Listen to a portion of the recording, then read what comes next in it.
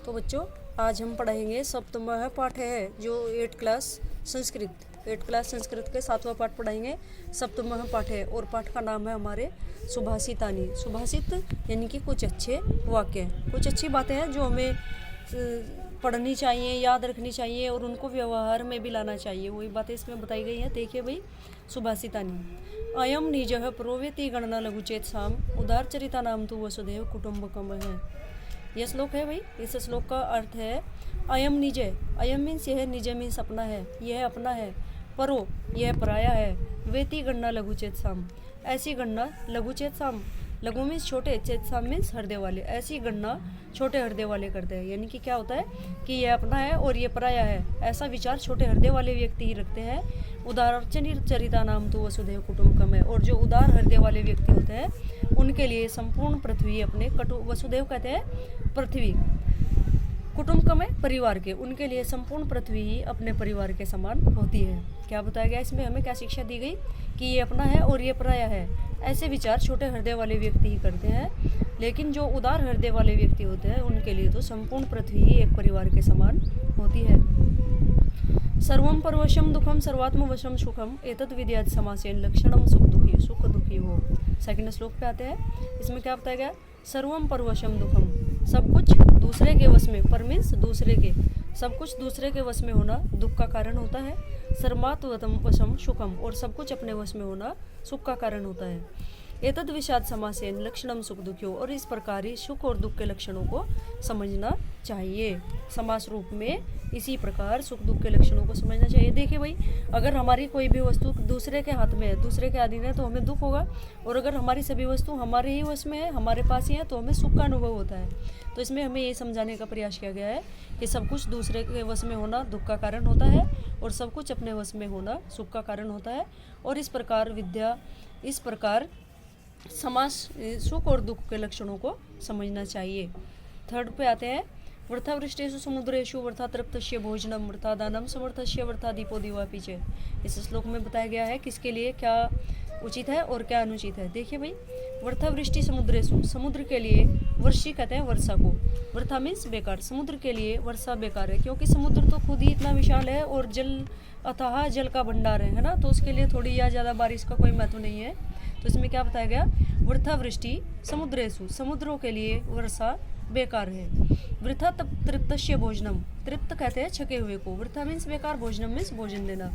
और इसी प्रकार छके हुए व्यक्ति को भोजन देना भी बेकार है, क्योंकि हम तो पहले से ही छके हुए हैं और हमें भोजन देना बेकार है। तो ये बताया गया वृथा तृप्तस्य भोजनम, छके हुए को भोजन देना बेकार है। वृथा दानम समर्थस्य, समर्थ कहते हैं धनी व्यक्ति को, और धनी व्यक्ति को दान देना भी बेकार होता है। वृथा दीपो दीवा पीछे, और दिन में दीपक जलाना भी बेकार है, क्योंकि दिन में तो खुद ही इतनी रोशनी रहती है, अंधकार नहीं होता, तो दिन में दीपक जलाना भी बेकार है। तो इससे आगे आते हैं भाई, एक बार देख लीजिए, समुद्र के लिए वर्षा बेकार है, छके हुए को भोजन देना बेकार है, धनी व्यक्ति को दान देना बेकार होता है, और दिन में दीपक जलाना भी वृथा ही होता है। अगले श्लोक पे आते हैं। काव्य शास्त्र विनोदेन कालो गच्छति धीमताम व्यसनेन तु मूर्खानाम निंद्रिया कलेहेन हुआ। इसमें बताया गया है कि जो बुद्धिमान व्यक्ति होते हैं उनका समय कैसे व्यतीत होता है और जो मूर्ख व्यक्ति होते हैं वो उनका समय कैसे व्यतीत होता है। देखिए, काव्य शास्त्र विनोदेन कालो गच्छति धीमताम, धीमताम कहते हैं बुद्धिमान व्यक्ति को, धीमताम बुद्धिमान व्यक्ति, बुद्धिमान व्यक्ति का समय काव्य तथा शास्त्रों की बातें करने में व्यतीत होता है। काल में समय, गच्छति में व्यतीत होता है या चला जाता है। धीमताम बुद्धिमान, बुद्धिमान व्यक्तियों का समय काव्य तथा शास्त्रों की बातें करने में ही चला जाता है। व्यसनेन तु मूर्खानाम निंद्रिया कलहेन हुआ, और जो मूर्खानाम मूर्ख व्यक्ति का समय कैसे व्यतीत होता है।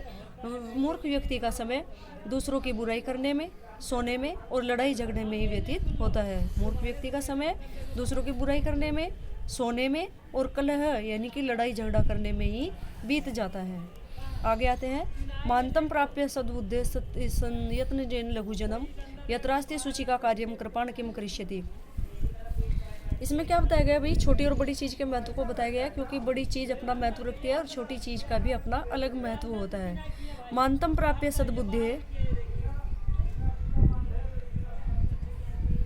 सद्बुद्धे संत यजनेन लघु जनन यत्रास्ते शुचि का कार्यम कृपाण किम करिष्यति, कि महानतम प्राप्य सद्बुद्धि, यानी कि जो सद्बुद्धि वाले व्यक्ति होते हैं उनकी महान बुद्धि भी होती है। संयत्न जिन लघुजनम, और छोटे लोगों का भी अपना स्थान होता है। महान व्यक्ति का और बुद्धिशाली व्यक्ति का अपना स्थान होता है और छोटे व्यक्तियों का अपना स्थान होता है, क्योंकि यत्रास्ति शुचि का कार्यम, जो कार्य सुई करती है, कृपाण किम करिष्यति, उसको तलवार, क्या उसको तलवार कर पाएगी? नहीं। तो इसमें क्या, छोटे व्यक्ति और बुद्धिमान व्यक्तियों का अपना स्थान होता है और छोटे लोगों का अपना स्थान होता है, क्योंकि जो कार्य सुई कर सकती है, यत्रास्ति शुचि का कार्यम, जो कार्य सुई कर सकती है, कृपाण किम करिष्यति, तलवार, कृपाण मीन्स तलवार, किम मीन्स क्या, करिष्यति करेगी, क्या उसको तलवार कर पाएगी, अर्थात उसको तलवार नहीं करेगी।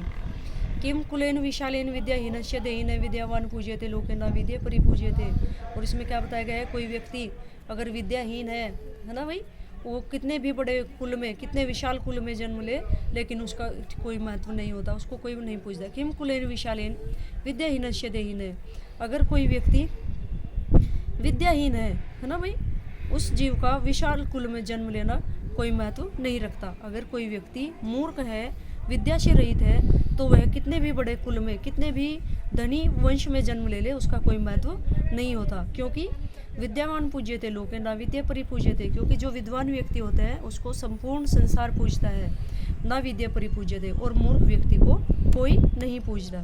ठीक भाई। इससे आगे आते हैं, वैसेन वपुषा वाचा विद्या विनयन च वकार्य पंचभिर्युक्तो नरो भवति पूज्यते। इसमें क्या बताया गया, जो व्यक्ति वेद से, शरीर से, वचन से, विद्या से विनम्र होता है, इन 5 विकारों से युक्त होता है, नरो भवति पूजित है, उस व्यक्ति की सभी पूजा करते हैं। जो व्यक्ति वेद से, वाणी से, वचन से, विद्या से और विनम्रता से, इन 5 विकारों से युक्त होता है, उस नरो कहते हैं उस मनुष्य को या उस व्यक्ति को, भवति पूजित है, वह व्यक्ति पूजने योग्य होता है। तो यहाँ ये लेसन हमारा कंप्लीट होता है। वही इस